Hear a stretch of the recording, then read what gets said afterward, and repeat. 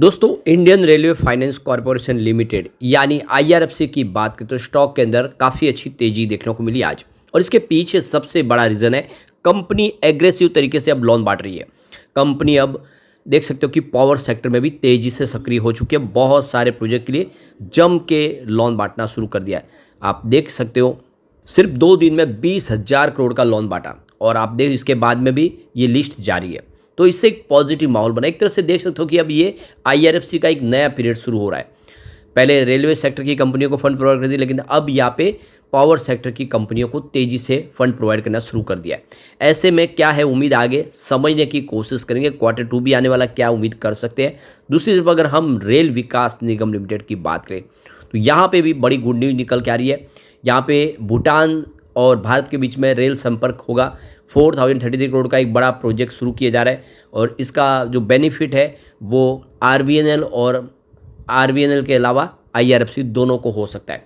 तो यहाँ पे इस बातों को समझेंगे और आगे क्या उम्मीद बन रही है आरवीएनएल को लेकर भी वो भी जानेंगे इस वीडियो के माध्यम से। लेकिन फ्रेंड्स उससे पहले अगर आप पहली बार हमारे चैनल पे आए तो चैनल को सब्सक्राइब कर दीजिए, एक बेल आइकॉन दबा दीजिए ताकि जब भी नया वीडियो बने पहला नोटिफिकेशन आपको मिले। वीडियो पसंद आए तो लाइक शेयर जरूर कीजिए। चलो फ्रेंड्स वीडियो स्टार्ट करते हैं। मैं हूं आपका दोस्त एसवी दवे और हमारे अपने चैनल ऑनलाइन कमाई में आपका बहुत बहुत स्वागत है।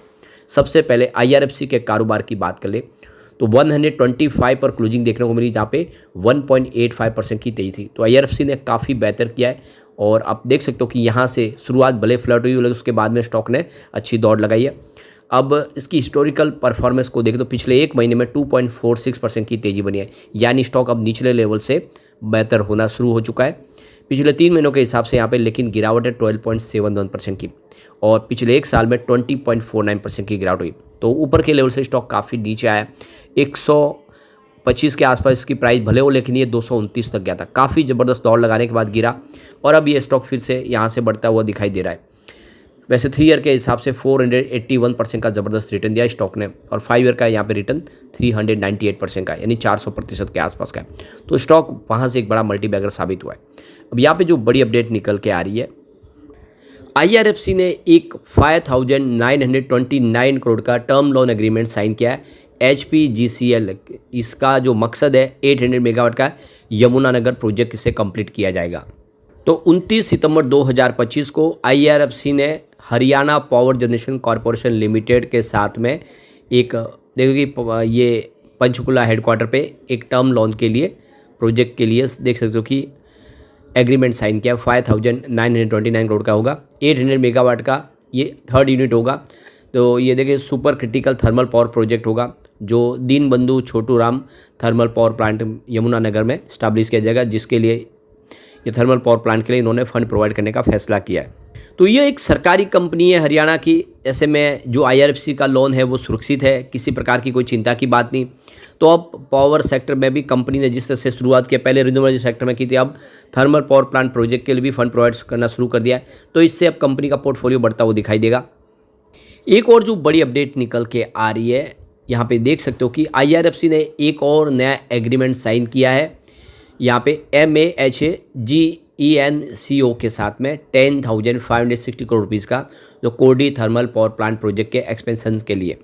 तो ये जो देख सकते हो कि टर्म लोन प्रोवाइड किया गया है Maharashtra state power generation company limited को आईआरएफसी देगी, और ये 10,560 करोड़ रुपीज़ का प्रोजेक्ट है, जिसमें 2x 660 मेगावाट के सुपर क्रिटिकल प्रोजेक्ट है। अब देख सकते हो कि कोडी थर्मल पावर स्टेशन है नागपुर के अंदर, इसका कामकाज और आगे बढ़ाना है। इसको लेकर इन्होंने टर्म एग्रीमेंट साइन कर लिया है। तो अब तेज़ी से कंपनी का कामकाज और पोर्टफोलियो बढ़ रहा है। कंपनी जैसे कि नवरत्न का दर्जा मिल चुकी है, अब अपनी क्षेत्र सीमा और बढ़ा रही है। रेलवे को छोड़ के अब साथ में दूसरे प्रोजेक्ट शुरू कर चुके हैं। पहले रिन्यूएबल सेक्टर में एंट्री की थी, अब यहाँ पे थर्मल पावर प्लांट के लिए भी इन्होंने फंड प्रोवाइड करना शुरू कर दिया। और ये सारी सरकारी कंपनियाँ, तो फंड भी सुरक्षित है इनका। तो यहाँ पे देखो कि अभी पिछले दिनों यहाँ पे 20,000 करोड़ के प्रोजेक्ट साइन किए गए आईआरएफसी की तरफ से लोन देने के लिए। तो ये देखो कि 26 सितंबर को ही जो आईआरएफसी ने ऐलान किया है कि उन्होंने हाथ मिलाया है तालचेर फर्टिलाइजर्स लिमिटेड के साथ में। दोनों मिलकर जो गवर्नमेंट फर्टिलाइज कंपनी है, ये अब आने वाले समय कोल गैसिफिकेशन बेस्ड प्रोजेक्ट जो प्रोजेक्ट है उसके ऊपर फंड प्रोवाइड करेंगे। तो ये देखिए TFL जो एक जॉइंट वेंचर है कोल इंडिया, गेल और राष्ट्रीय केमिकल फर्टिलाइजर्स कंपनी का। अब इनके साथ में जॉइंट अब होने के साथ में IRFC ने एक बड़ा फैसला कर लिया कि अब ये तेज़ी से प्रोजेक्ट के ऊपर फंड प्रोवाइड करेंगे। तो लगातार अब ये देखें तो 20,000 करोड़ के एक साथ में 2 दिन में ही इन्होंने नए फंड सैंक्शन कर लिए हैं। लगातार लोन बुक इनकी मजबूत हो रही है, यानी अब आप समझ सकते हो कि ये आने वाला जो समय काफ़ी शानदार होगा। अलग अलग स्टेट के साथ में इनके जो प्रोजेक्ट साइन हो रहे हैं, तो अभी देख सकते हो कि 12,640 करोड़ का इन्होंने Chhattisgarh state power generation company limited के साथ में टर्म लोन के लिए एग्रीमेंट साइन किया है। तो आप देख सकते हो अलग अलग स्टेट में अब चाहे वो छत्तीसगढ़ हो, महाराष्ट्र हो, दिल्ली हो, अलग अलग स्टेट गवर्नमेंट के साथ में अब इनके एग्रीमेंट साइन हो रहे हैं, यानी अब आने वाले समय कंपनी तेज़ी से अपने बिजनेस को आगे बढ़ाएगी। इसके अलावा जो एक और बड़ी गुड न्यूज़ निकल के आ रही है, भारत और भूटान के बीच में 4033 करोड़ का एक नया गलेफू जो और दूसरे जो समझ से है उसको जोड़ने के लिए एक नया प्रोजेक्ट शुरू करने का ऐलान रेलवे मंत्रालय ने कर दिया है। तो भारत और भूटान के बीच में अगले 3 वर्षों में भूटान के गलेफू और समेत से शहरों के बीच में रेल संपर्क शुरू करने की योजना के ऊपर समझौता हो चुका है। और हमारे रेलवे मिनिस्टर अश्विनी वैष्णव और हमारे विदेश सचिव मंत्री विक्रम मिश्री ने सोमवार को इसकी घोषणा की है। ये रेलवे जो परियोजना है वो 4033 करोड़ रुपीज़ के आसपास की होगी। तो अब आप देख सकते हो कि ये जो रेलवे प्रोजेक्ट होंगे, ये 89 किलोमीटर का एक लंबा रेलवे ट्रैक निर्माण किया जाएगा और ये समझते पश्चिम बंगाल सीमा से लगा हुआ होगा। तो अब भूटान से हमारा डायरेक्ट संपर्क होगा रेलवे माध्यम से, और इसके लिए इन्होंने एक बड़ी तैयारी कर ली है। ये प्रोजेक्ट है, ये आने वाले समय IRFC इसके लिए फ़ंड प्रोवाइड कर सकती है और ये प्रोजेक्ट जो होगा ये RVNL कंप्लीट कर सकती है। तो देख सकते हो कि इन कंपनियों को बड़ा फ़ायदा होने जा रहा है। लगातार आप देखें तो नई अमृत भारत ट्रेनें भी शुरू की जा रही है, यानी आने वाला जो समय रेलवे सेक्टर के लिए बहुत ही शानदार होने जा रहा है। ऐसे में रेलवे से संबंधित कंपनियां फिर बेहतर करती हुई दिखाई देगी। रेल विकास निगम लिमिटेड की बात करें तो यहाँ पर भी अच्छी तेज़ी थी, 345 पर क्लोजिंग देखने को मिली, 1.84% की शानदार तेज़ी के साथ। तो काफ़ी बेहतर किया है। अब स्टॉक 650 के आसपास पहुँचा था, वो 350 के आसपास है, यानी कीमत बहुत कम है। तो यहाँ से बढ़ने की भी उम्मीद ज़्यादा है।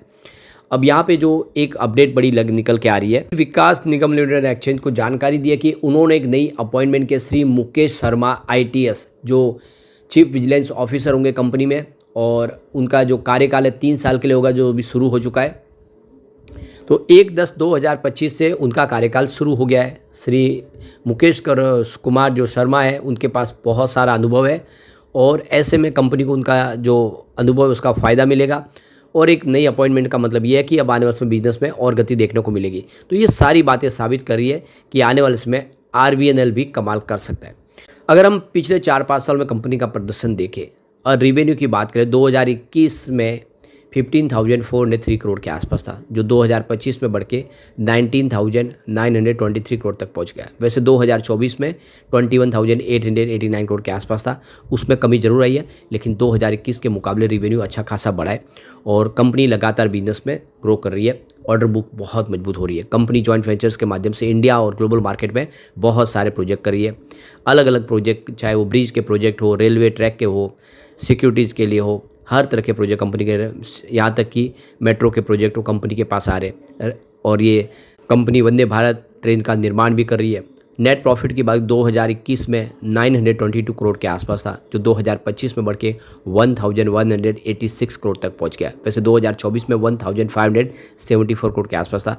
2024 के मुकाबले 25 में आपको कम होता हुआ दिखाई देगा जरूर, लेकिन 2021 के मुकाबले अच्छा खासा बढ़ा है। ये बात साबित कर रही है कि आने वाले समय में RVNL कमाल कर सकता है। पिछले एक साल में FI ने इन्वेस्टमेंट को ज़बरदस्त बढ़ाया। जून 2024 में 3.13% की होल्डिंग थी, जो जून 2025 में 4.89% तक पहुंची है। ये इशारा है कि आने वाले समय अब ये स्टॉक रेलवे के फिर कमाल कर सकते हैं। लेकिन फ्रेंड्स, कोई भी इन्वेस्टमेंट करने से पहले अपने फाइनेंशियल एडवाइज़र से एडवाइस ले लें या अपना खुद का रिसर्च करें, क्योंकि मैंने वीडियो आपके एजुकेशनल पर्पज़ के लिए ही बनाया। वीडियो पसंद आए तो लाइक से जरूर कीजिए और चैनल को सब्सक्राइब कर दीजिए। Thank you friends.